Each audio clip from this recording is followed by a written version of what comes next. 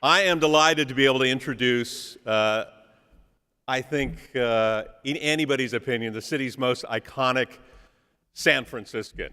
He's a two-term, 41st mayor of the city of San Francisco, legendary first African-American speaker of the California Assembly, that's right, 4 decades of being a California political powerhouse, and that's an understatement right there, a columnist for the San Francisco Chronicle, and now forever, the name gracing the western span of the Bay Bridge. What an honor to have him with us again. Please join me in a round of applause for the Honorable Willie L. Brown, Jr.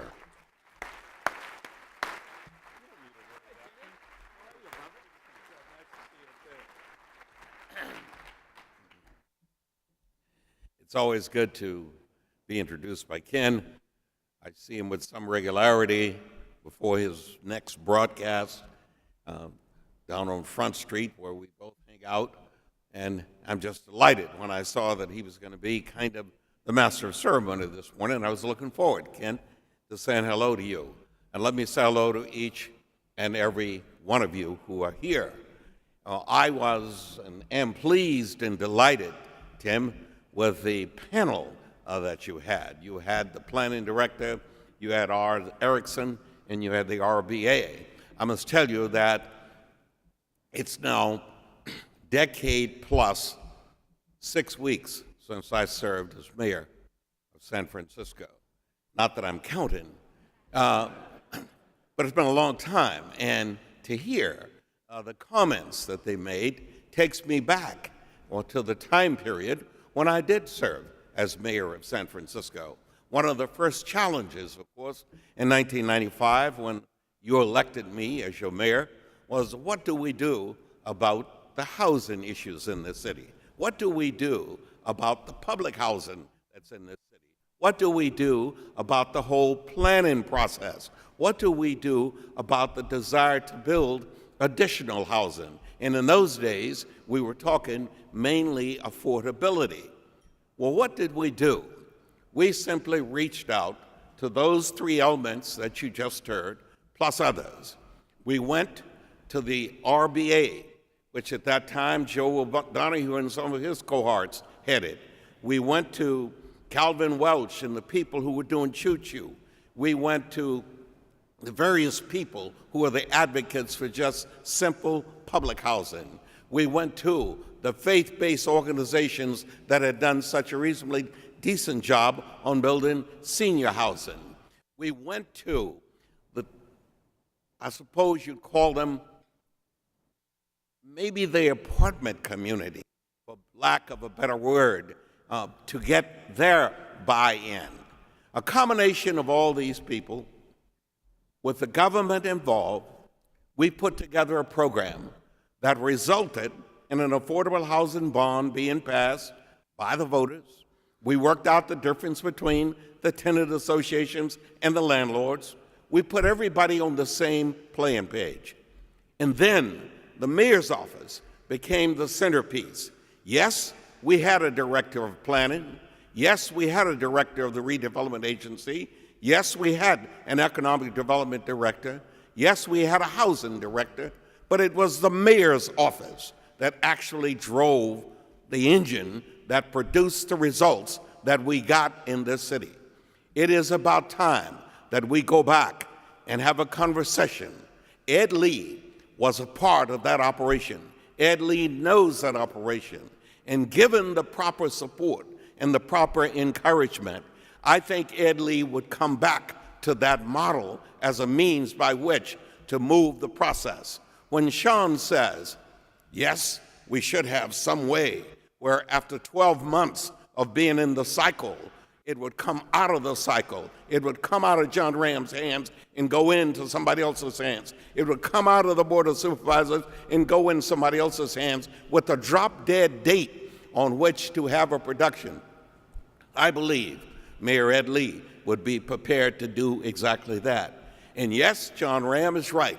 There is a considerable amount of land available for purposes of it. Just happens, however, to be in Malia Cohen's district in the Maine. Why haven't we thought about taking 3rd Street and making 3rd Street a corridor with every potential modifications of the rules and regulations as it relates to zoning in such a way that we produce the density that allows us to build housing. And we've got to stop talking about affordable housing and affordable housing only.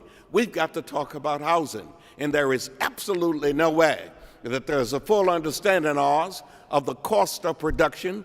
I suspect that most San Franciscans got no idea that when you do some of the things you're doing in order to get the development going in this town, you're adding dollars that makes it almost beyond the capacity of anybody to so acquire those units. That's just in the world of housing. And I must tell you, I'm looking at the concept of a housing czar.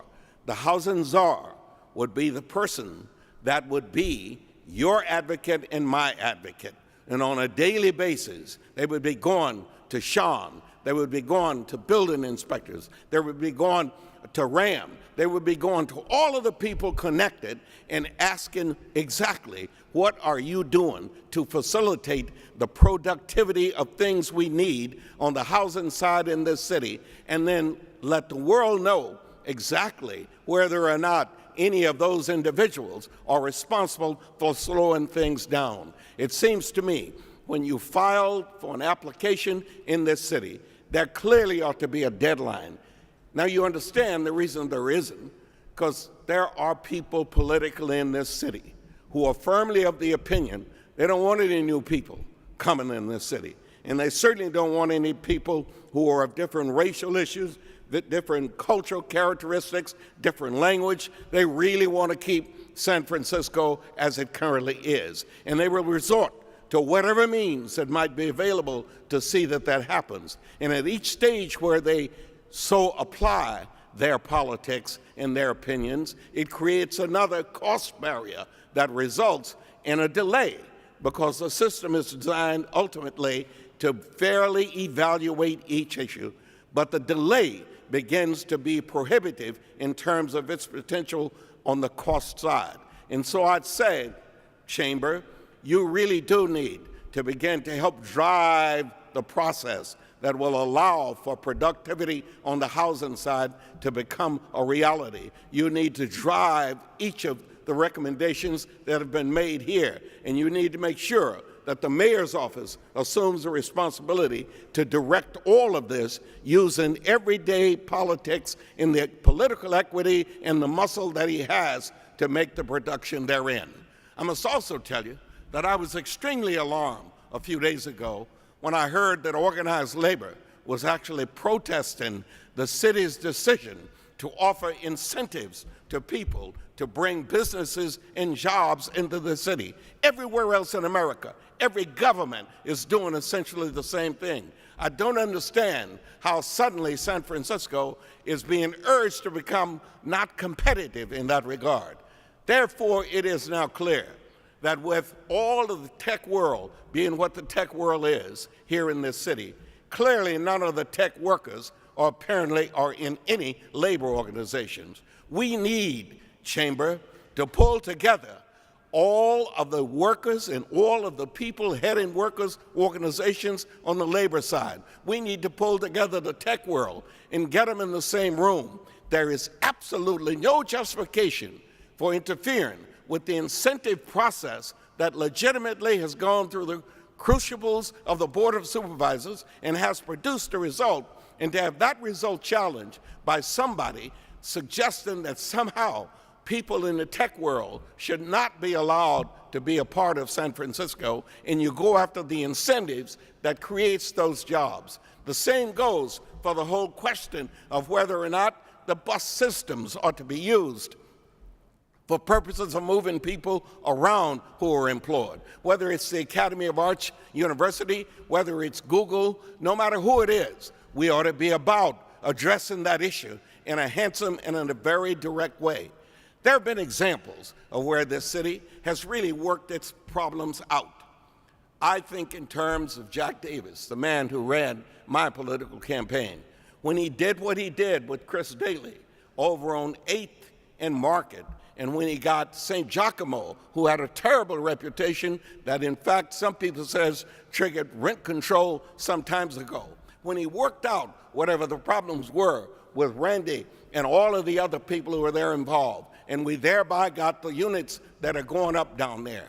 And when this developer agreed to whatever the terms and conditions were, consistent with good judgment and consistent with the potential for profits, when Davis did the same thing out at Park Merced to produce that result, I tell you, there is no way the anti-8 people and the anti-warrior people could have any success if that kind of a model was employed for purposes of building the consensus. What I'm suggesting to you, Chamber, is that the growth in San Francisco, which is occurring on a natural basis now, but must be administered to. Ram is absolutely correct. Growth is going to occur whether we manage it or not. Managing it becomes extremely important. And in the process of managing it, government needs to go into the business of trying to make a profit for government to offset the costs of all the services that are going to be required. That's going to take some creativity and some challenge. And I suggest to you, Chamber, with your vast amount of power, with your vast amount of influence, and with your huge collection of involvees, you may very well be the vehicle that affords that opportunity. I suggest to you that San Francisco would only get better with that kind of an effort. Thank you for having me.